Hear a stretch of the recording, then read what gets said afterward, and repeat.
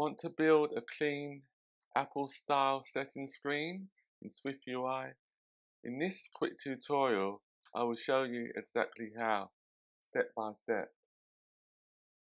This is the app feature we will create. As you see, it's similar to the setting screen. We're able to filter on different sections within our list. For example, if I type in choose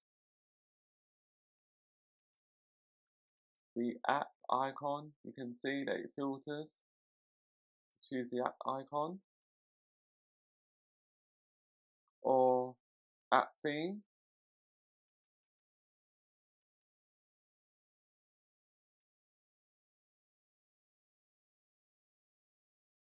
We can also navigate to a website or Twitter feed. If I click on the website, it navigates to the website, irisinsights.co.uk.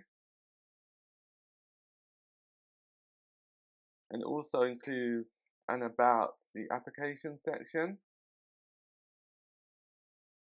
And we can also filter for that section. If I type in about, then it filters on the about the application section. So this is the tutorial we are creating. The first thing we need to do within our Xcode project is to create a new struct. Name the struct setting section.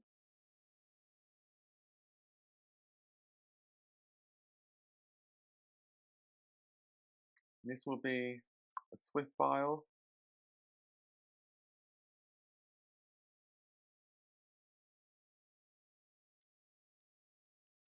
Settings section. Click on create.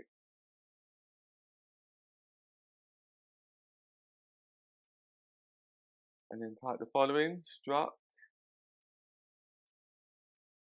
settings section.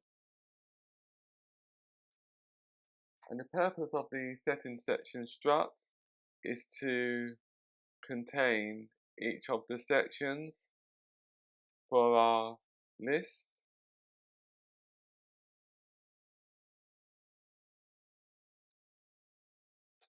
So each section will include a title, which is string, such as notifications or about section. We also need another variable called content, which includes a brief description for the section.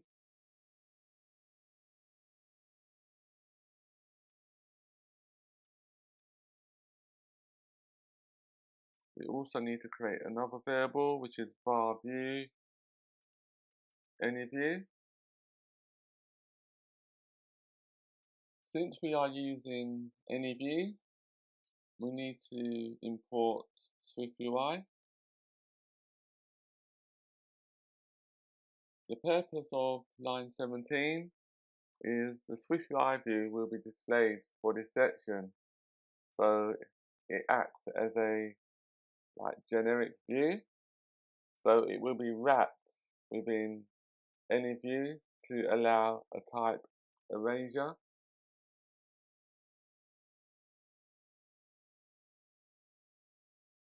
The next view we need to create is the search bar view. The purpose of the search bar view is to enable the user to search and filter the settings screen. As shown earlier, they can search for an area or section within the screen, such as the about or the developer's name or the notification section. So now let's create a new SwiftUI view, which is called search bar.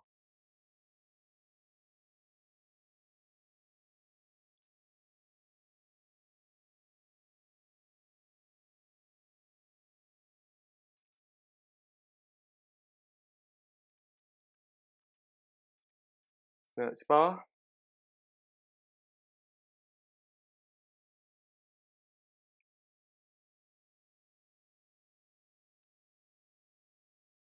The first thing we need to do is, after lines 10, is to create a variable, which is binding var text string. And the purpose of that variable is to enable or allow a two-way update between the view and its parent view.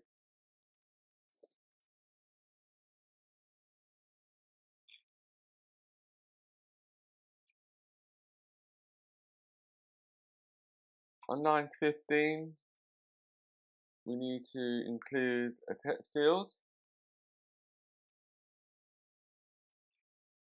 The text field will include search for the prompt, and the text will include the binding variable that we just passed in.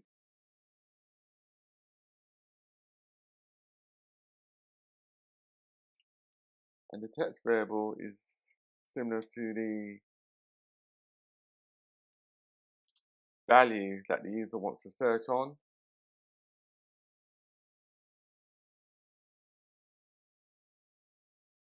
So we also need to apply our constant to the preview so that our preview can be displayed correctly. Constant, so that should be constant.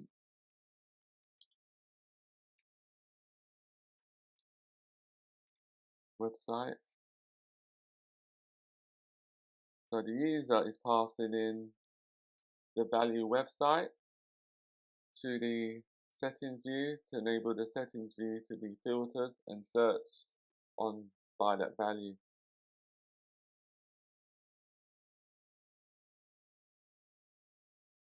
The next thing we need to do is to add a bit of padding.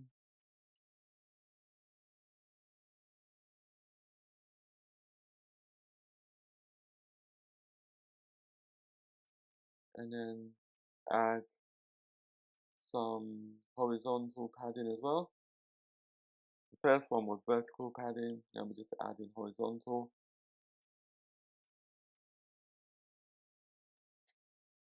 Ten pixels.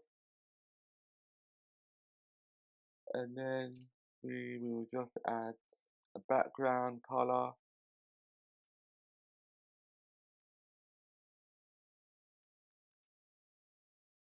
Which will be system gray 6.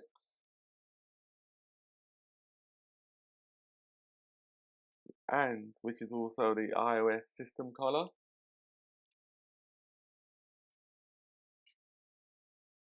We will just round some of the corners by adding a corner radius of 6 or 8, just so that the corners, they're not too sharp, they'll be curvy.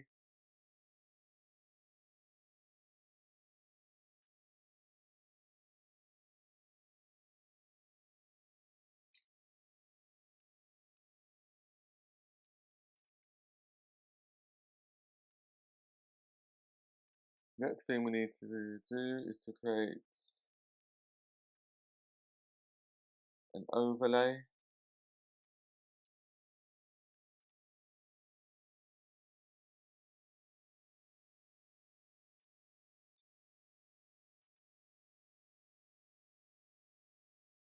Which will be used to overlay an icon inside the text field.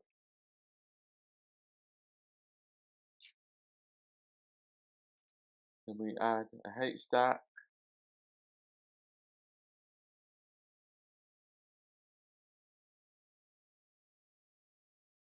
And we'll be overlaying the system name.image, which is magnifying glass.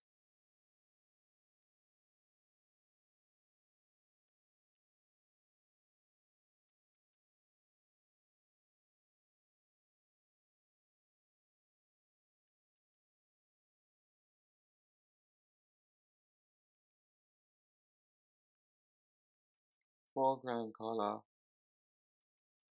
will be gray.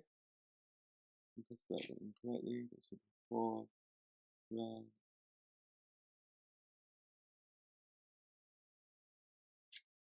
Oh yeah, I missed that color. Foreground color. Dot grey. Padding. Leading 10. And then all we need to do now is to add a spacer. The purpose of the spacer is to push the icon to the leading edge.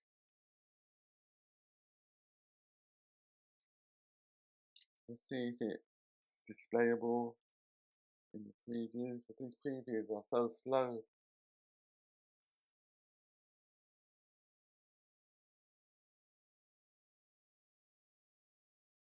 Just compile it again.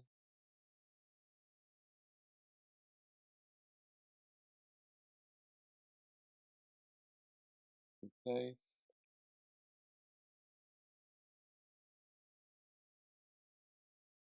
And the preview has finally loaded, so this is what it should look like. This is the search bar view. This is where the user would type in their search to filter on the settings screen. The next view we need to create is the app information view. So this is another SwiftUI view.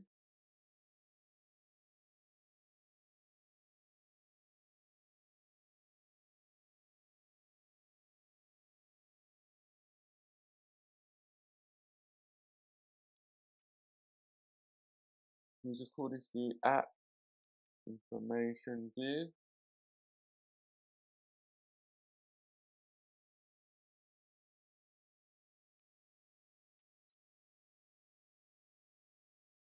And the purpose of the app information view is just to show information about the app, such as the application name, the designer's name, or the developer's name, the version of the app.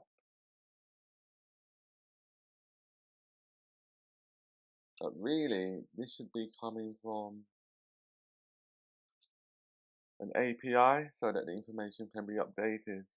But for this tutorial, we just hard code the actual data. So on line 12, we need a section. The section will be called about the application.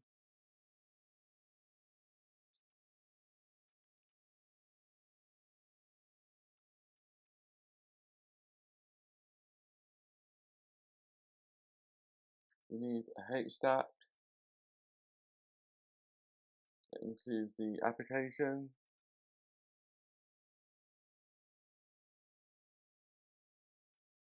and then a spacer,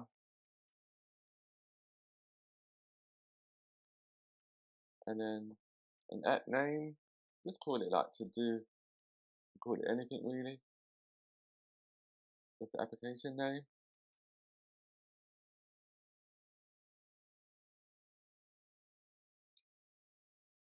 Foreground color, which is grey.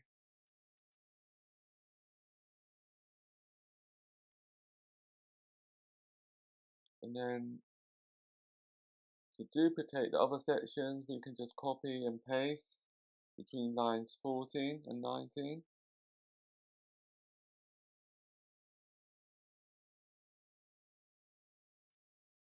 To add another row. So this row will be called compatibility. So it's compatible with iPhone and iPad.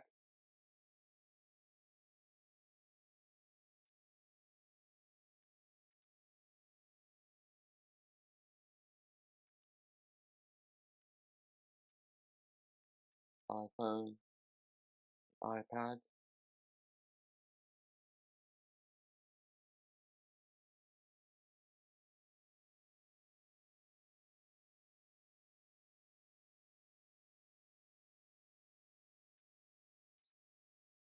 We next need to add the developers section.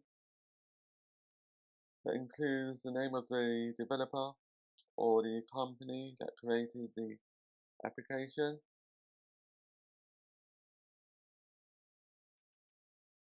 I just put my name. Foreground color is still grey.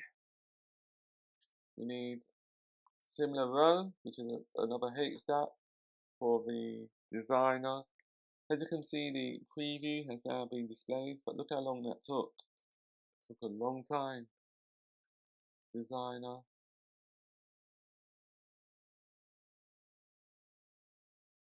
Designer's name. Yeah, just include my name again.